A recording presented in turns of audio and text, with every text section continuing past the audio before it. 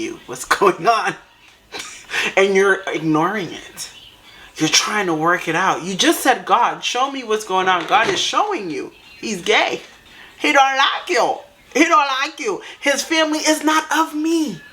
These people in the church is not of me. I'm showing you who I am. And you're sitting here, God, show me. He's showing you.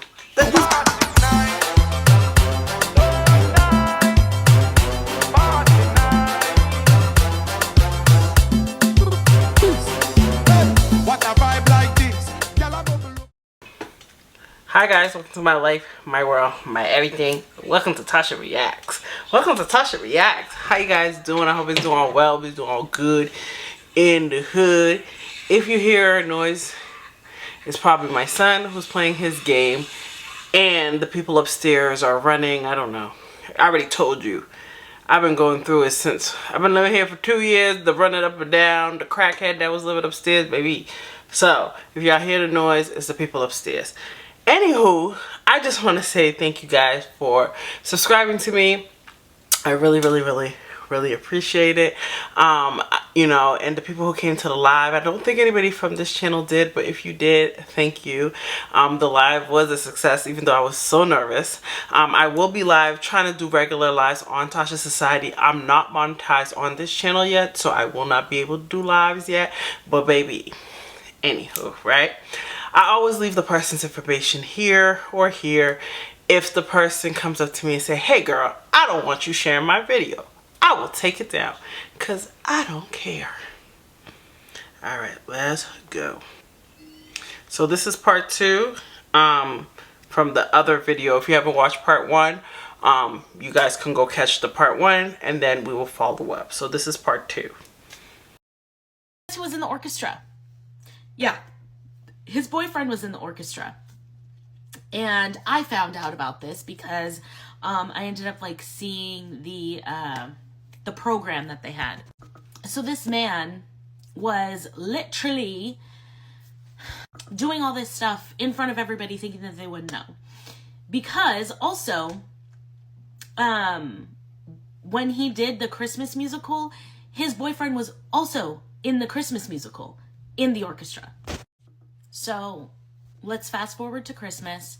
Like I said, his boyfriend was in the Christmas musical. At the time, I didn't know until, again, seeing the program. But now I'm going to pause really quick before I continue to say more things. I was young.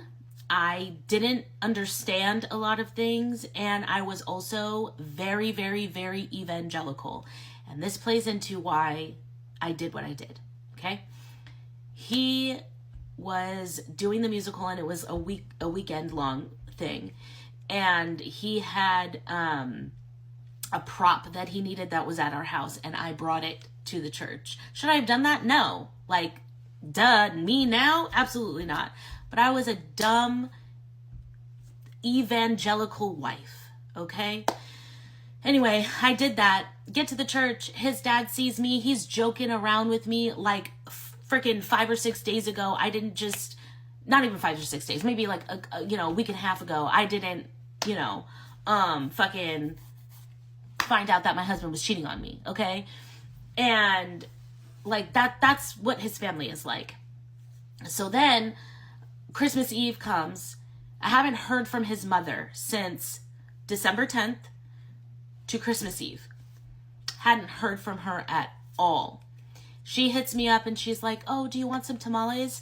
Because at the church there was a woman, or is a woman, who makes tamales every year for Christmas, and she sells them.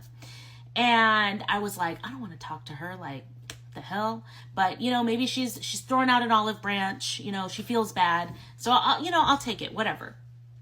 So my brother-in-law comes and picks me up because at this time I could not drive. I was extremely sick, like so sick where I couldn't walk anywhere without having an asthma attack. I had to like sit up sleeping. I was on the phone with my friend at the time, and I was talking to her, and I had to stop talking. I was like, I have to get off the phone with you. Like, I can't talk. And the crazy thing is, I noticed a lot of people went through this. I went through this during the pandemic, because there was a point that me and my son's father were doing really bad. Like, it was just like everything, you know, we was like really kind of going through it. And then I was really sick. Like, baby, I got pregnant twice, miscarried twice, and mind you, I'm a type of person, I can carry my kids. I know that for a fact. You know what I'm saying? I miscarried twice. I was really sick. I was like on asthma pump. I had 2. I would have crazy panic attacks, which I didn't know was panic attacks. I was going through a lot, and it wasn't just because my son's father, you know, our relationship was horrible. I always tell people that was one of the worst relationships I ever been in my life. But it was because of the fact that it was just, I was going through a lot at the time, and you know, during the pandemic, and then I got drugged by a dude giving me a sample of perfume to smell. Now I see it's like a big thing, but baby, at that time that dude was trying to end me. I don't know what was the motive, right? So I believe her. Like, stress could really end you. Like, and it's the thing about it is, especially if you're in a relationship with a person who doesn't care, and you're in a relationship by yourself and everybody else around you, like her family was kind of like how my son's family was. Like, they allowed the person to mistreat you, especially if you're in a relationship with somebody like mistreat you or treat you bad. They like, and then you feel like you're going crazy, and it's not that you're going crazy. It's because the fact that everybody else doesn't care. They don't care. Like, low-key, some people are kind of happy that you're being mistreated because they're not happy either. So when she's describing it, I went through the same thing. It's when I got out the relationship, baby, I don't have no asthma pump. I don't have nothing. Maybe I started losing weight naturally without even knowing I was losing weight. Like, sometimes you're in a relationship and a person could end you. Like, a person could just end you, and it's not intentionally. It's because the fact that the way you're being treated and how you are in that situation. So I connected to that. Came over, took me to the hospital, and I literally would have passed away if she did not take me to the hospital to get treatment. Anyway, that's how sick I was. So I couldn't drive anywhere. Plus, I was like, in my head, I was not there, okay? He came, he picked me up, I went to their house. I kid you not, I sit on their couch. They just watch Christmas movies. Nobody talked about what happened. Nothing.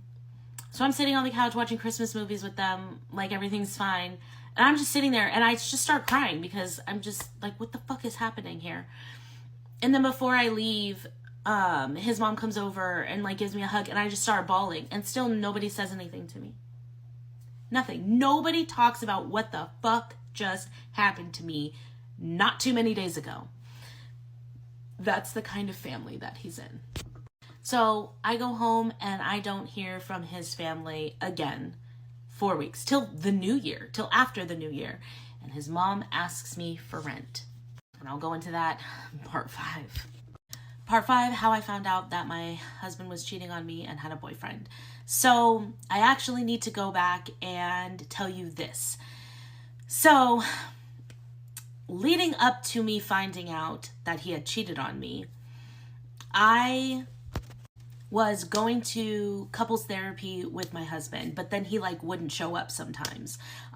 He got mad at me one day, and we had therapy in the morning, and he just blatantly didn't show up. So I called his oldest brother, and I was like, hey, because he worked with his oldest brother at a school. And I was like, hey, you know, whatever about your brother, like, can he have this day off so that we could go to therapy together? Because my husband's excuse was, oh, well, I have to be at work, blah, blah, blah, blah. So his brother is like, he doesn't work on this day. So every single day, this particular day, I believe it was like Mondays, he would get up early in the morning as if he was going to work, and he was never actually going to work because he didn't fucking work on it. Girl, you better than me. Well, maybe because I'm a low-key stalker, my pop-up game is crazy. I will pop up my man all the time. I cooked for you. Oh my God, you forgot your wallet. You can't find your wallet? Baby, I'll bring it to you to work.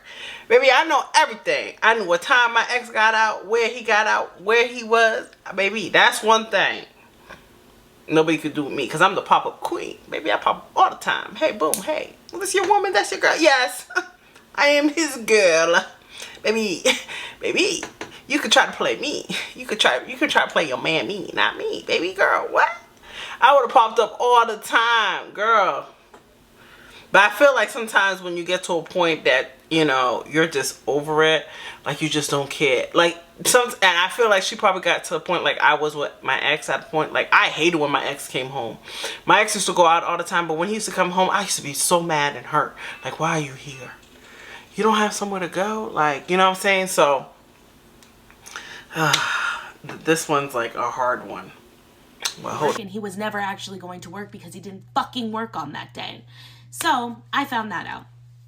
Okay? And when he wasn't staying at the house anymore during that like October to December time, that oldest brother was like, hey, come, you know, stay at my house for some time, yada yada. At the time, like, you know, I'm just going through it. I'm sad, I'm depressed, you know, all of this stuff. So I was like, well, it would be nice to stay with, you know, family, what I thought, right? Just whatever. That's a little weird. Why would I mean, maybe I'm a little different. She's probably thinking as if like stay with family, but in my mind, I would not stay with my husband's brother, especially some male. I don't know if he's married or has a wife, but that's weird. Like, why are you asking me to come stay with you? And I'm your brother's wife. Like, you know what I'm saying? Like, I feel like that can go left. He could lie. He could make up stuff. You know, he could. I don't know. I just feel like I would have still said no. I was like, nah. Like, even though, you know, it was kind of weird, but whatever. I'll stay with you. So I did. And that's important. Okay, that's important to the story that I stayed with him. So, fast forward again. Now it's December. I found out he cheated on me, all this stuff. The night that I found out that he had cheated on me, he calls me. So I leave the church. I go to my friend's house to stay with her for that night because that was a devastating night. And he calls me or texts me in the middle of the night and is like, basically like, I have something to tell you. Do you have to report like things, and like you better not tell anybody, right? And I was like, what? Because yeah, like it was just crazy. So anyway, he tells me all that. Then he tells me that he experienced some childhood trauma.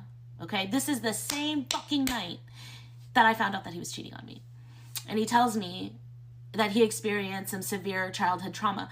Now, when I think back on it, that's what narcissists do. They have to become the victim. So now he's the bad guy in the story because he cheated on me. So everybody's going to see him as the villain. But now he has to become the victim. So he tells me that he had childhood trauma. Am I the only one who hates that word, narcissist? He's narcissist. He's a narcissist. I hate that word. I hate that word. I feel like he's just a bad person. Okay?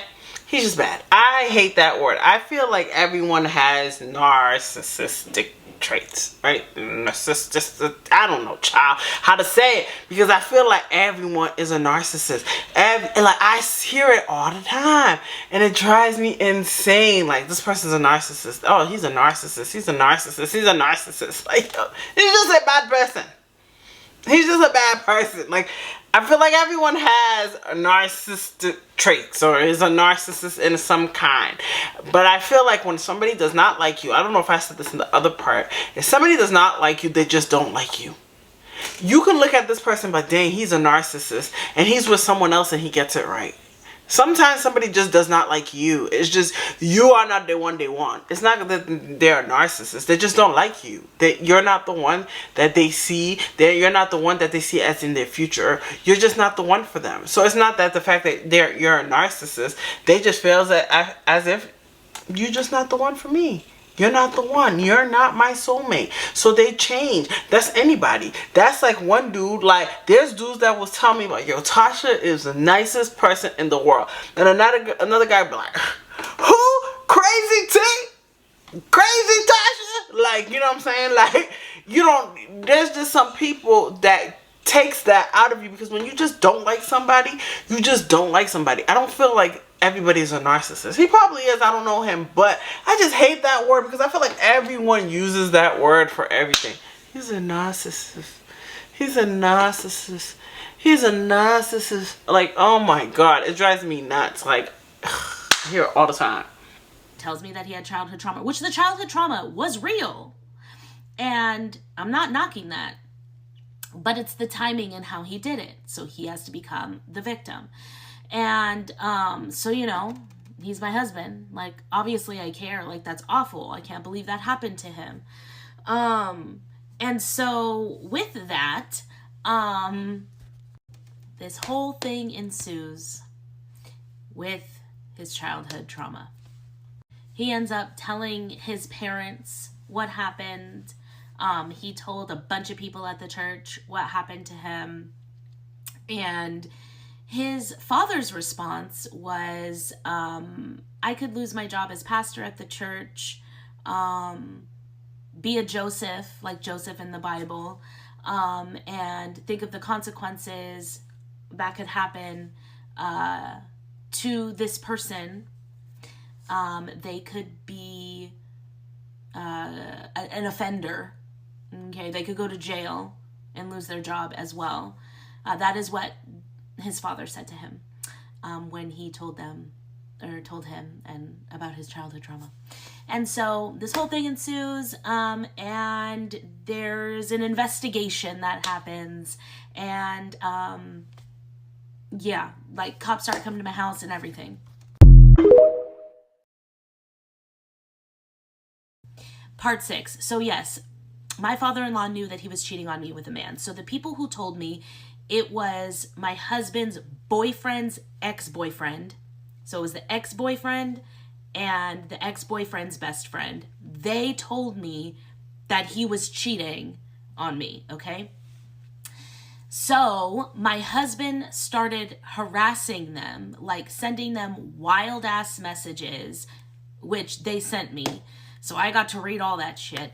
And they had went to his dad. They went to the church, met with his dad and said, hey, your son is harassing us. Please tell him to stop.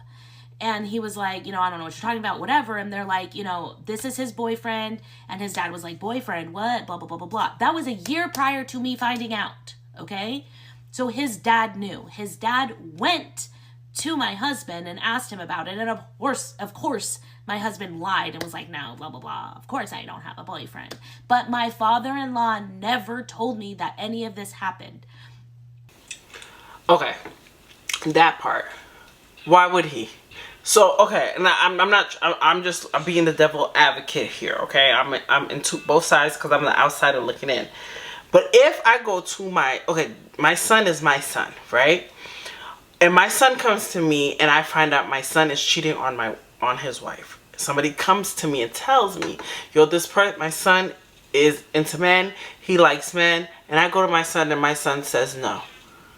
What can I do? My son says no. So why would I go to you, his wife, cause you more stress and more issues, and come to you and be like, oh my God, I heard that this boy came up to me and told me that da-da-da's cheating on you, and why would I cause you more stress? Because the boy denied it, right? The boy denied it. If the boy said, yes, this is the love of my life, and the father was holding that against you, a lot of parents do that. But the fact that if the son, it's not, I feel like a lot of people feel like parents need to be in your marriage. When you're married, I feel like the best way is for family to be out of it.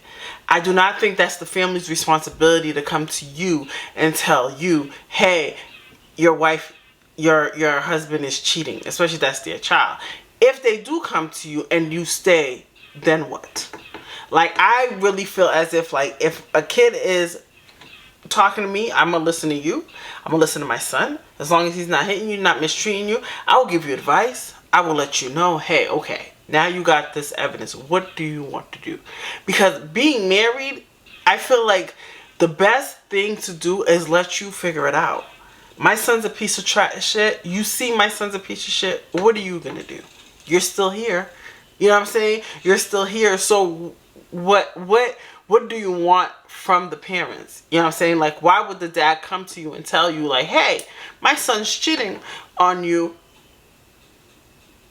but he said it's not true, and now I'm gonna cause you all this stress? And what if it really wasn't true? You know what I'm saying? Like, I don't know. I don't think the dad was wrong at that point. Y'all can talk to me in the comments and let me know, but I don't think he was wrong.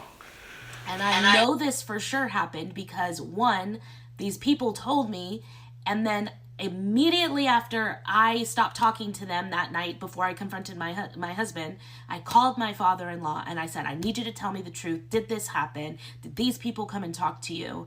Did you know this? And he said, yes. And then he said to me, the person who came and told me did not have a trustworthy name because he had a name that came out of the Bible of someone who, I guess, wasn't that great of a person, I guess you could say. That's what the fuck this man said to me, okay? So yeah, that's the kind of person and kind of family that I've been dealing with. So now to continue on with cops coming to knock on my door, well, the person that had inflicted the childhood trauma, I messaged that person, or they had messaged me. We were messaging, basically. And I said, did you do this to him? He said that you did, blah, blah, blah. They admitted to it on text message to me. So the cops were coming to knock on my door to ask me about it because I had the fucking evidence. So if we think about this, from December 10th to the end of December, I am dealing with finding out that my husband cheated on me, had a boyfriend for a year. My father-in-law knew about it. And now I find out that he has experienced severe childhood trauma. And the person who did it has told me, yeah, that happened. And it's not my fault that he's gay. That is what the person said to me. Which, no, like, I mean, you can't make somebody gay, but also, the fuck?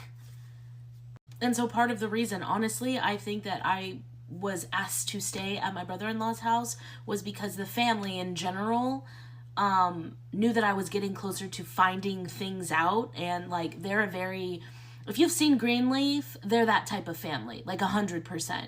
You know, keep things hush hush. This is between our family. You don't say nothing, whatever. Like, we will ride or die for our family secrets. That was them, and I am not about that life, and I think they wanted to keep an eye on me. I could be wrong, but that's what I think. So after he tells me all of that, you know, I'm laid up in the house sick. I ain't got no money to pay no bills.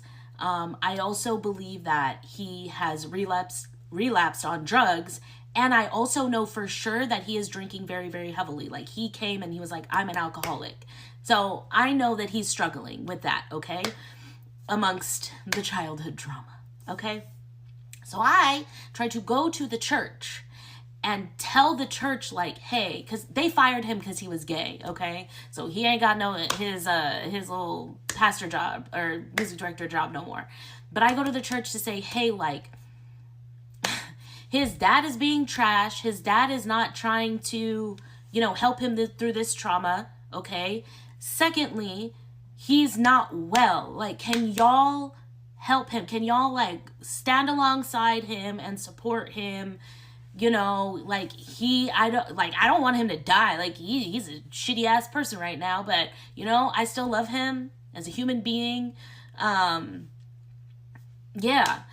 And I went to the church, and there was a pastor's, or there was like a meeting that was set up with like the church staff and his dad, and you know, that's my husband. It was about him and everything, and so I wanted to be in that meeting. So I show up to be in that meeting, and my father-in-law wouldn't let me in, and that's a whole thing too. So this is gonna be too long, so we're gonna go to the next one, part 7.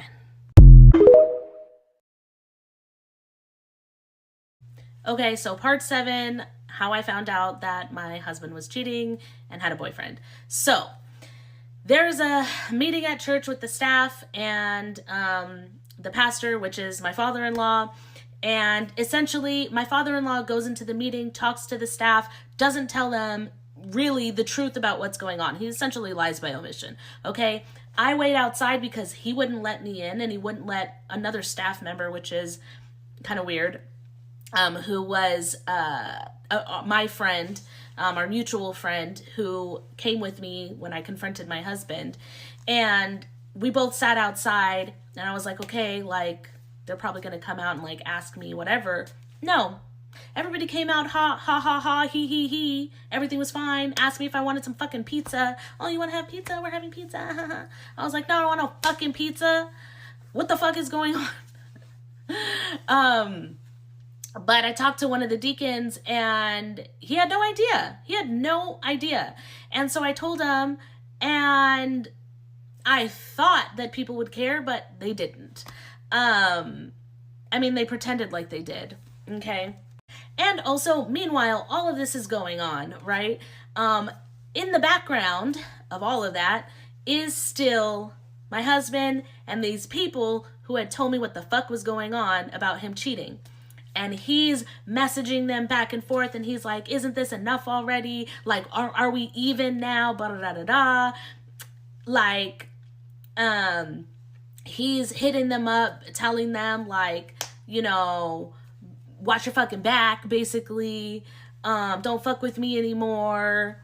He's acting all wild and crazy over here, and then these people are telling me everything that he's doing, and I'm trying to, like, keep my head on straight. Like, I'm sick. I just fucking, my marriage just imploded in my face. Everything I thought that I knew is like, what the fuck? And like, my head's just going like this at the time. So all of that is going on, and I'm just like getting all this information. I'm questioning all of these things, like, what the hell? And trying to go to work at the same time. Okay. Also, this goes back to my mother-in-law. Soon after I found out that he was cheating, they had told people at the church that they wanted me to move out of the house. My husband and I were renting a house from them, and they told people, yeah, like, she needs to move out now. Okay. When I say soon, I mean like a couple weeks after I found out he was cheating. So then my mother-in-law, like, after Christmas Eve, she doesn't talk to me. She doesn't hit me back for a long time. Okay. Like sometime January or some shit like that. Anyway, it was a long time. And I was like, this is fucking weird. And she hits me up and asks me, hey, who can I talk to about rent? And I said to her, I would never withhold anything from you if I had it. If I had the money, I would absolutely give it to you, and you know that. I said, as far as I know, he is sleeping on your couch. So ask him, because he had stopped paying every single bill. He just stopped. No, I'm not going to do it anymore. And so I was going to work, paying all the bills that he just dropped off the planet with. And when I say paying all the bills, I mean all the bills. He didn't give a fuck about a phone bill. He didn't give a fuck about a car note. Nothing. Okay? And while this was all happening as well, I had to close my bank accounts because he was swipey swipe all the money away, and also overdrafting my account, using my credit cards to like buy fucking games and shit on his phone. Like, he was hundreds of dollars of fucking tokens on some stupid ass game on his phone. Like, it was wild, okay? I had to close bank accounts and declare fucking fraud on my accounts.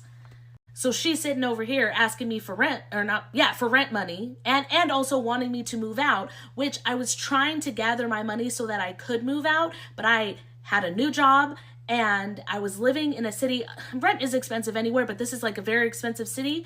And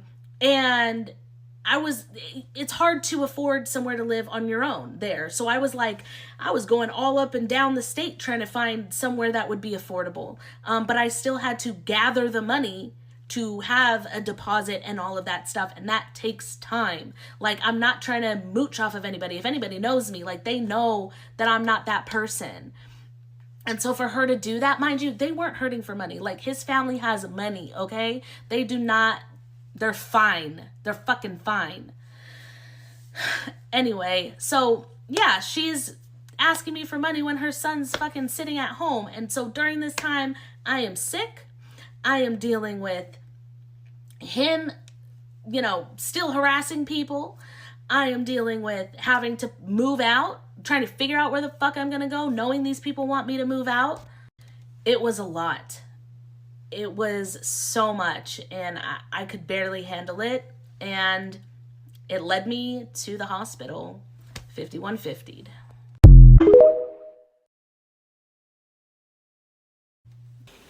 Kind of say it was a lot to digest. Okay, so the family told you to move it out, right? And you said you wasn't paying rent for months, but you said you was paying all the bills, right? So I'm trying to understand.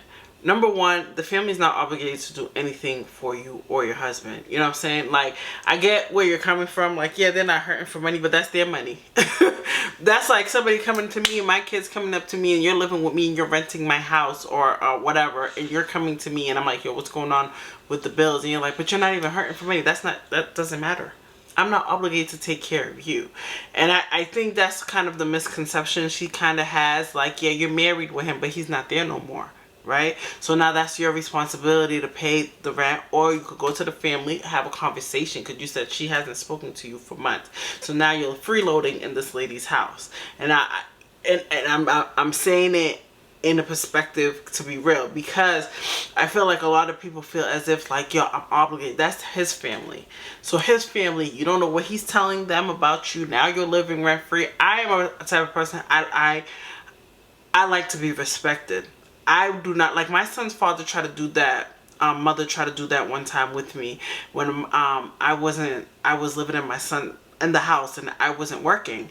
And my son's father, I was paying my son's father, because I was getting money, but there was times I wasn't able to pay certain things, but I'll pay certain bills. Taxes would come in, he'll take all my taxes, he'll do everything. So I would kind of make up for that. But my son's father was very negligent with money. And one time his mother had the nerve to come up to me and say, oh, I pay bills for my husband and I do this. And I'm like, I pay. You know what I'm saying? So you don't know what he's telling them. So there's a reason why the mother has that energy towards you, because she probably sees you as a freeloader. Even if you are really paying all the bills and stuff, they don't love you like they love their kid. Now they see their son is living in their chair in their house while you're living in a house and their son's at their house. You know what I'm saying? So you gotta kind of see their point of view as well. You know what I'm saying? Like, I'm not saying you're lying because I'm not there, and you probably left a lot of parts out, but I'm just saying, you said that you was paying all the bills, but then she came up to you and said, where's the rent? And you talking about now you have to save up to leave. I felt like you should have communicated that with the mother too, so they can at least know, like, okay, this is what's going on. I felt like you kind of just left it and you was taking all the, you was living there rent free until you can live rent free, and then now you're playing, oh my god, victim. No, I felt like you should have communicated to them, because I feel like that if that was a regular landlord, honey, you would have just found yourself outside. You know what I'm saying? I'm not trying to be mean, but I'm saying it in a point of view, like, to be, honest. I'm not there. I'm an outsider looking in, but I feel like a lot of women feel as if, like, yeah, he's my husband. He has to. He's not doing this. He's not doing that. But your husband left. So technically now you're by yourself and you're living in your husband's home. You should have took that money, whatever little money you had, and moved out. Whether you was working, you weren't, find a basement, find a room, find something until you can get on your feet. Because I'd rather rent at somebody else's house than rent with somebody's family. Because exactly what happened, they can play it off and kick you out because you don't know what the son is telling her. You know what I'm saying? Yeah, Greenleaf. The funny thing about that is I was introduced to the show Greenleaf through my in-laws. My mother-in-law was like, oh my gosh, you have to watch this show. I just can't believe people are like this in church. I cannot believe it. This is so crazy. And I was like, wow, I really got to watch this show. So me and my fucking husband watched the show together. Okay. And he was like, it was interesting as we were watching, he was like getting all weird. Like he couldn't finish it. especially when it got to like the, you know, abuse and things like that. Like he was like, I can't watch it no more. But yeah, it was my in-laws that introduced me to the show Greenleaf, and then they were fucking living Greenleaf. They were living Greenleaf. They were that family. Yeah. I feel like I need to change this series title to like my ain't shit in-laws, because they're awful, awful people. Okay, part 8, how I found out my husband was cheating on me and had a boyfriend. So, we left off on I was 5150'd. So, like this comment says, trust me when I say the church knows everything and they will not help. That is so very freaking true. So I lost essentially everybody that I thought would be around for me at the time. Damn near all the people at the church didn't give a fuck about me. They all stayed at the church, even though they knew what was going on. They knew how awful his dad was as the pastor, sweeping things under the rug, hiding them, telling his son not to turn in the person who, you know, inflicted childhood abuse, all of those things. They knew that. They knew it all. And they're still there to this day. And I was just made out to look like the crazy person. And I also had a friend, it was my brother-in-law's girlfriend.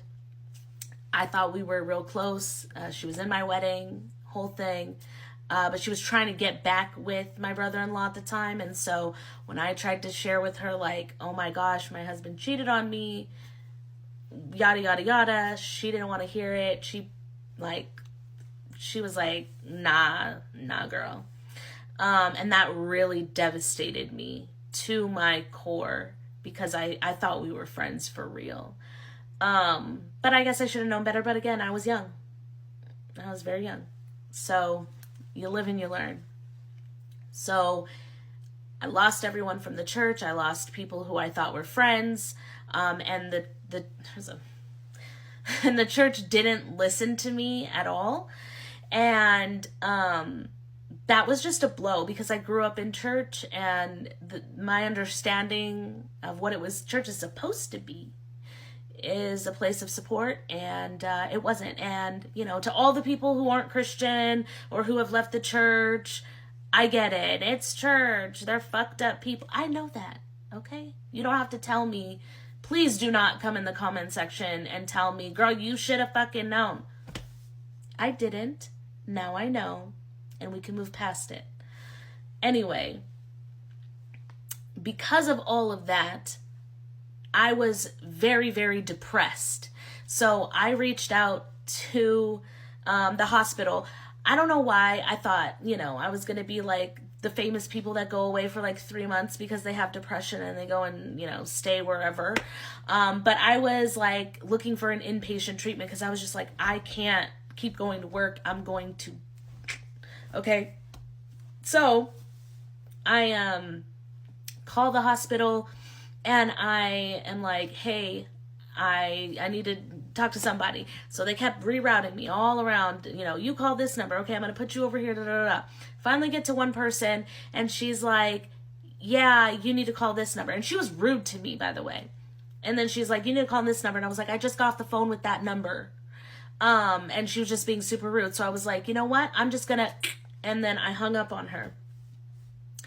And because I did that, they have to send the cops over. So the cops came to my house. I didn't know they were out there, and they were out there for a while banging on my door, because I was in my bedroom with the door closed. They come and I answer, and they're like, do you want help? And I was like, yes, that is exactly what I've been asking for, help. So I think I'm going to get help. I walk outside. They handcuff me and put me in the cop car, take me somewhere. I didn't know where I was going. They didn't tell me where I was going. And they dropped me off to the hospital to be 5150'd, and that was one of the scariest things that has ever happened to me. And it was worse for my mental health. It was so scary in there. It was scary in there. So I just like laid in the bed. Some guy came up, called me the N-word. almost attacked me. The cops there had to grab him and throw him on the bed and cuff him down. It was wild in there. So, yeah, all of that happened. And it's a funny thing how abusive relationships work. The only person that I wanted to be there to pick me up was my husband. He didn't pick me up. The hospital wouldn't let him. They sent my sister. So my sister came. And mind you, a little rewind, while I'm in 5150'd, he calls me. Okay? The hospital hands me the phone, and he's like, I talked to your mom, blah, blah, blah, blah, blah. You know, he's all upset, venting to me about some shit while I'm 5150'd. That's the type of person that he was. That's how not here he was, okay? And how not here I was, because me in 5150, because of his dumb ass, I'm listening to him vent to me about him talking to my mom, okay? Anyway, so abusive relationships. My sister drops me off at home. He comes because that was the only thing that was going to make me feel better. Again, I was in an abusive relationship. I know that's stupid. Well, at least he came. My son's father got me locked up, went to work the next day. I was drugged by a dude who handed me perfume, and my ex laughed at it and was like, haha, you had a guy drugged. Like, why were you sniffing perfume? Like, why were you sniffing cologne? And went out to party. At least he cared enough to come. At least he cared enough to come. You know what I'm saying? Because there's some guys that just would leave you for dead. And will just, like, what's wrong with you? You crazy, B. You got 5150. She crazy. And tell everybody how crazy you are. So at least he liked you that much to still come. Do not come in the comments section and say anything about it. I know. Anyway, and like, it was dumb. When you're in those situations, you're just not thinking straight. And I know I wasn't. What is life at that point is a question I would ask myself frequently. When he came to the house after I got dropped off after being 5150'd, I asked him to take me to get some food. And he had the audacity to tell me, unprovoked, it's over between us. I never asked him to be with me. That's a warning. He's warning you. That's how I got locked up. My son's father used to say every day, I don't want you. I don't want to be with you. I don't want you. I don't like you no more. After he took all my money, now I'm broke. I ain't got nothing. I gave you all my money to get this house. Now all of a sudden, I don't want you no more. I think the girl that he was dating some girl while he was with me. So all of a sudden now, he don't want me. I'm a burden. I'm a problem. Everything I do gets this man mad. He's locking me out of houses. He's warning you, girl. I don't want you. Baby, he is warning you. If you don't escape, he's going to do everything in his power. If he has to end you, whatever he has to do for you to go. That's a warning. It's like, baby, I don't want to be with you no more. Just because I'm here, I don't like you. I'm letting you know.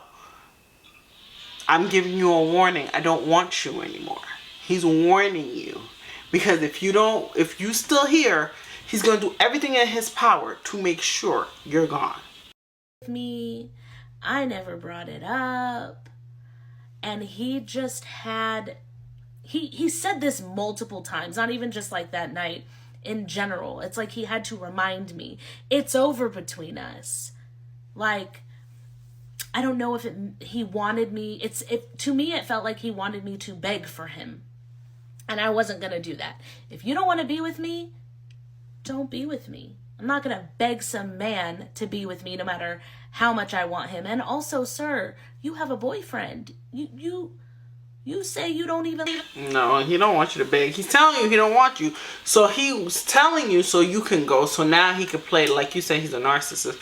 So he can play the victim role. So he can play like, oh my God, I loved her so much, and look what she did to me, and look now she left. He's playing it off so you can go, so he don't look like the bad guy. I don't think he cared about you begging because he already has a man. You're not a man. He don't want you. You were just there for image. He's just there. You're just there to play the role. You know what I'm saying? Like me, okay? But again, abusive relationship, toxic. And did his parents call to see if I was okay? No. Anyway, I end up moving out eventually, and when I told his parents, they didn't care. And eventually, and also during that time, some emails were sent to the church. This is also getting very long, but some emails were sent to the church, and I will make one more video and try and land the plane. If you guys have any questions on anything thus far, just put it in the comment section and I will do my best to answer it because I know it's a lot. So, part 9, how I found out my husband cheated and had a boyfriend. So, let me just say, my in-laws are trash and they did not care. They don't care about their own children, their son, and they definitely didn't give a fuck about me. I just want to share this story because it's fucking weird. But when I was still living at that house, my mother-in-law hadn't talked to me for like a couple months. And then out of the blue, she hits me up and is like, hey, do you need some groceries? I'm going to the grocery store. She was going to Costco. And I was like, you better say no. She wants her place back. Now I feel like she's trying to use any way to get her rent money or try to make you lose everything. I think she's trying to play it off like, oh, I'm being nice, but I'm going to get my money any way I can. I could be wrong, but I feel that's what she's going to do. Because baby, I've been through so many things. It feels like this is deja vu. So a lot of times when I'll bring up a lot of my exes or whatever, because I've been through this. I told you, I don't have beef with neither one of my baby daddies. I get along with both of them. But this is the trauma that I went through. Living with them. Going through with them.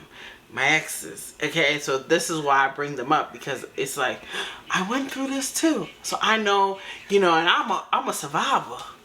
I haven't been the happiest I've been in my life. You know what I'm saying? But I went through stuff like this. So that's why I'm like, you better say no. I always say no. No, thank you. No, thank you. Yeah, like I thought she was, throwing out an olive branch, So I was like, okay, like she's going to do something nice for me. Maybe this is her, like, I'm sorry or something like that.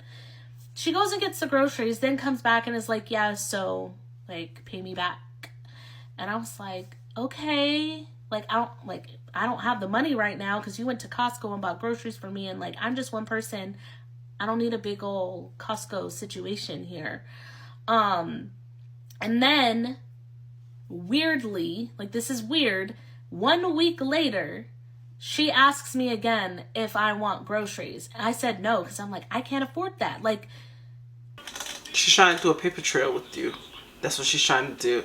So she's trying to do, for example, if you don't leave her house, she can play it off at court. Like, yeah, I did groceries for her. She owes me rent. She's trying to do a paper trail. So that's probably why she's probably holding all these receipts. And she probably watched a lot of stuff on purpose. Like, yeah, she this and she's that. I'm telling you. It's a paper trail she's trying to do. She's trying to get her money. But I was like, why is she asking me again? 1 week. You bought Costco. Costco's going to last me more than a week. And she wanted me to pay her back knowing the predicament I was in. Like, that's... Something else was going on. Something was awry, okay? Anyway, so I ended up being able to move out. It was a really fucking hard time trying to scrape up pennies to do it. But I did. And I ended up having to move far away from my hometown. Like, I moved out of town because I could not afford anything. I literally had to pick up my entire life and go somewhere else because he left me high and dry And nobody gave a fuck. Nobody. And that was just so fucking hard for me, to move to the middle of bumfuck nowhere because of what this man did to me. So I move, I let them know that I moved out, and basically his dad just responded and said, okay. Then soon after that, somebody sent an email to the staff at the church, and I start getting phone calls and blown up from my husband. Who sent this? Blah, blah, blah. Like, this isn't good. My dad is going to take legal action. Like, you better, figure this out. Blah, blah, blah, blah. And I'm like, what the fuck is going on? Like, I literally had no idea what the fuck was going on. Then my sister, after that email goes out, my sister ends up sending an email to the staff at the church, and she sent it to the staff, and then my father-in-law thought that she sent the email to the entire congregation. So he sends an email to the entire congregation.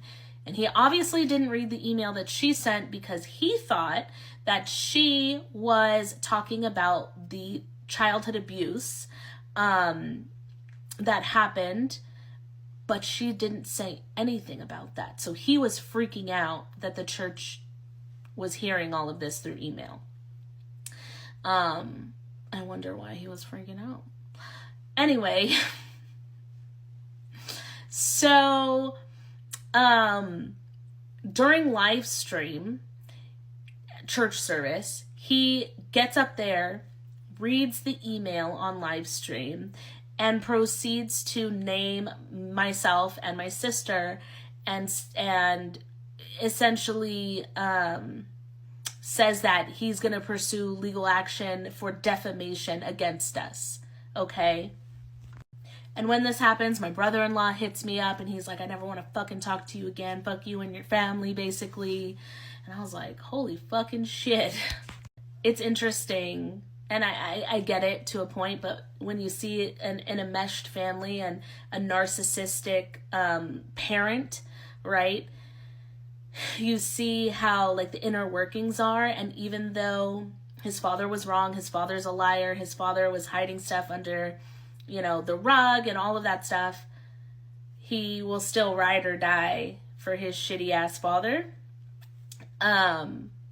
Because of him. I think that's anybody. Because you come at my mama has her ways. Okay? Everybody know my mama. But don't talk about my mama. I can talk about my mama. Don't you ever talk about... my daughter's father used to talk about my mama and try to argue with me. And I'm like, don't you talk about my mama. Even though he was right with what he was saying about my mama. But so what? Don't talk about my mama. After you and you. You know what I'm saying? That's my family. You know what I'm saying? I just think that's just anybody. Anybody, like, even though they know it's shitty. But that's my family. You're trying to ruin my family. Ruin everything from my family. And who are you? You're an outsider looking in. Who are you to talk about my mama? Or talk about my daddy. You know what I'm saying? Like, I just think that's anybody. That's just humans. Attachment and narcissism. That's just a tangent. But it was very interesting to see play out in real time. And I wish I could say, things kind of died down after that. But it didn't really. I was still going through this whole case with the abuse that had happened. And that took a really, really huge toll on me for a very long time. I felt like I was always on edge with the, investigators talking to me and everything, and trying to get information, because it was getting weirder by the day, especially with the way his parents were handling things. Even the investigators could see that his dad was trash. So, it was a very freaking long road. A very long road. And there's so much more. And yeah. And I'll just continue as it comes. We'll see. We legit be an abusive ass cult and don't even know it. I was indoctrinated into evangelicalism. It is a cult. And a lot of people have been asking or saying, this bitch didn't leave. He been left you. Why didn't you leave? I was indoctrinated into a cult. When that happens, it changes how you make logical decisions, because your decisions are based off of what you believe God would want. And so, in evangelicalism, the belief is that marriage is a covenant. So, no matter what happens, for the most part, you are supposed to want to work on that marriage. And if the other spouse isn't wanting to work on the marriage, you need to keep praying that the Lord will soften their heart and the Lord will work a miracle and step in and put your marriage on the right path, because Satan is the adversary and he is trying to tear your relationship apart. So all the way up until... Okay, I'm not 100% like Christian person. Like I've been in church. Like I used to go to church all the time, so I understand what she's going through. I used to be a type of kid who will go to church from Sunday to Friday. Okay, Monday, Tuesday, Wednesday, Thursday, Friday, Saturday, Sunday. I was in church. Okay, people used to be like, "Are you Seventh-day Adventists?" I don't know what we were, but I knew we used to go to church every single day. I don't think we were Seventh-day Adventists, right? But I think a lot of the misconception is in the Bible, God says that you're supposed to pray for your husband. You're supposed to pray for your wife. Sometimes we choose people and that's not the person that was meant to be your husband. That's not the person that was meant to be your wife. God will tell you. God will give you signs, right? If I'm wrong, I know the Christian KKK will cuss me out because I know everybody's going to heaven. You know what I'm saying? But in the Bible, I can't remember the verse because I remember my pastor used to talk about it all the time, that a lot of people will pick these people as their husband and then the person turns out to be horrible, and that's not who God had ordained for you. The nice guy that was there who is meant to be your husband is not the person you picked. You picked Johnny from the block. You know what I'm saying? That's from the hood. And you think you can change Johnny and then Johnny's going to be that great guy, but that's not who God had ordained for you. Sometimes a lot of people from the church are evil. So I feel like what she's saying is like her experience. Like, yeah, the church is a cult everywhere. I think everything's a cult, everything. But the church is a cult. It is. But you can't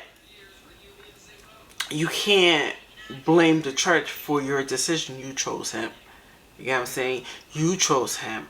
And you decided you should have prayed to God and asked God to be real. And you probably prayed to God and said, God, show me. God's showing you. God's showing you he likes men. These people are not of me. As you can tell, the pastor is a bad person. The mother's a bad person. God's showing you. But I feel like we feel as if we play, like a lot of times in this world, we play victim. Like, oh, woe is me, woe is me. No, you chose him. You told God to show you. Now he's revealing who it is, who this man is. And in the Bible, God says adultery is a reason for divorce. Am I wrong? Right? Am I wrong?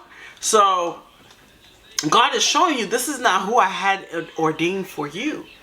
This is not the person I had for you. You chose this person. You know what I'm saying? God's showing you the signs. This is not the person for you. Until, I find out that he was cheating on me, I'm praying, Lord, show me what's going on.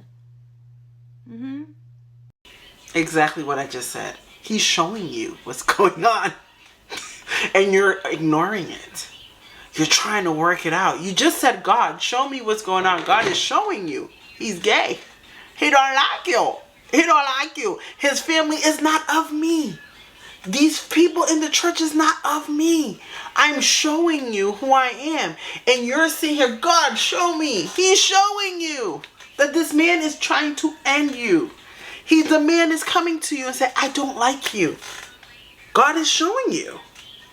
I'm saying, not me getting angry. Because maybe I feel as if we as people need to.